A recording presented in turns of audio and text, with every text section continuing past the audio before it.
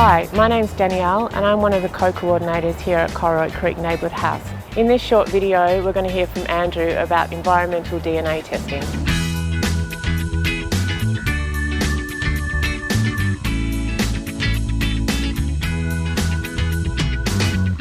Hi everyone, my name is Andrew Gray. I'm one of the directors over at Bioquisitive, a community science lab.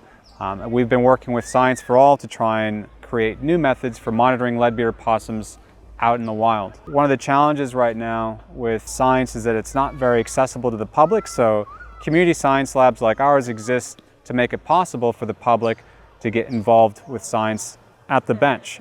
So one of the projects we're working on right now is to look for the leadbeater possum. One of the issues with the leadbeater possum, besides it being critically endangered, is that it's quite hard to monitor and track, and that's because these possums live so high up in the trees. They only come out at night, and they're about the size of my fist, so they're not very big.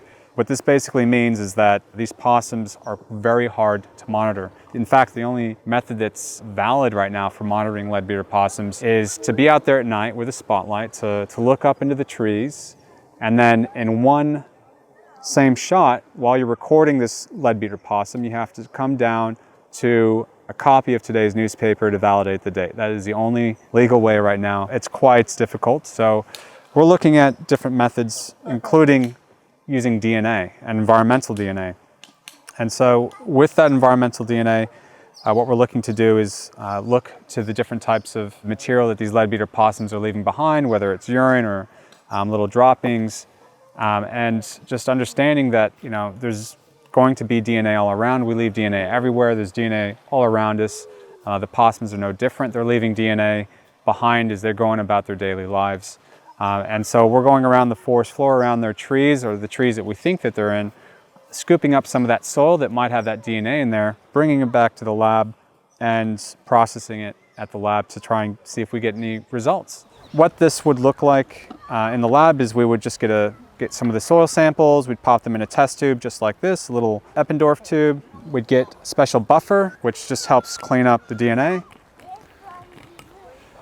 We would take one of our trusty pipettes and get some liquid, and then we would just put that in the sample tube along with the dirt.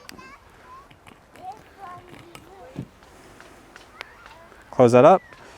And then we bring it over to our little bento machine here. So this machine is basically the future of science, I think.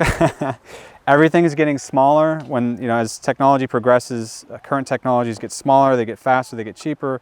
And this is basically an all-in-one molecular biology lab. The equipment that's packed into this small little thing would have taken up an entire lab and would probably had lots of people working on it.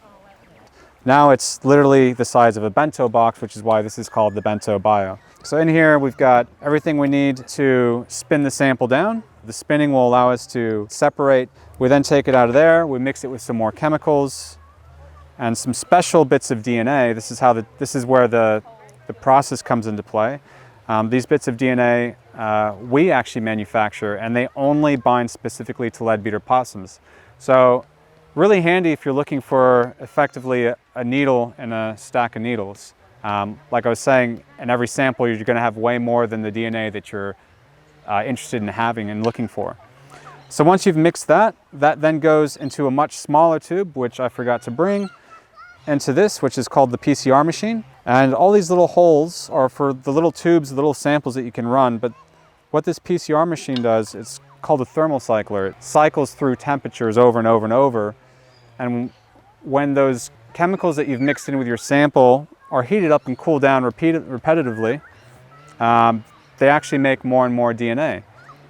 In fact, they use the same protein or chemical that's in our own cells, which allow our cells to divide. Every time our cells divide, the DNA has to separate. It has to make more DNA. So what does that? There's a special little chemical called DNA polymerase, which we mix in here, and it will only work with our possum primers and the possum DNA to make more possum DNA. So much DNA, so many copies that we can eventually see it when we run it through what's called the gel electrophoresis. And what this will do is separate out our interested DNA, the DNA that we're interested with, are in, away from all the other bits of DNA that we're not interested in. A really good demonstration of what gel electrophoresis is an old school experiment that was invented, or used rather, by a man named Edward Chagraff. And essentially what he did was he used this technique to actually help solve what DNA looked like. This is back in the 1940s when they didn't know what DNA looked like.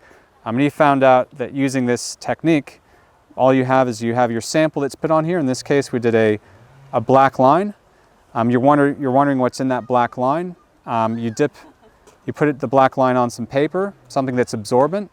You dip one end in a solvent. In this case, we have the most powerful solvent in the world, water. Once you dip it in, the water will move up and it'll actually start carrying that sample up the paper. And what ends up happening is, based on what's in that sample, everything is going to move at different rates. And so here we can see that yellow's moved at it's moved away much further than the black, and there's some purple that's moved a little bit away from the black, but not very far.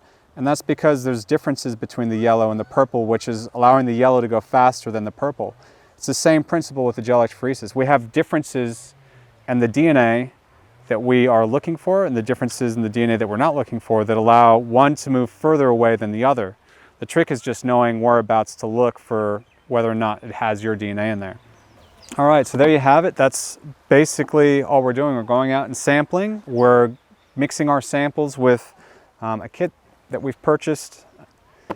We've mixed that kit in the samples that we've purchased with some DNA that we've made that only targets the leadbeater possums. We've run them through our little all-in-one molecular biology lab. And then finally, we've done our final test, which is this gel electrophoresis, to see if the DNA that we're looking for is actually in there. And that's the process that we're looking at validating right now with Science for All and Bioquisitive. Any questions?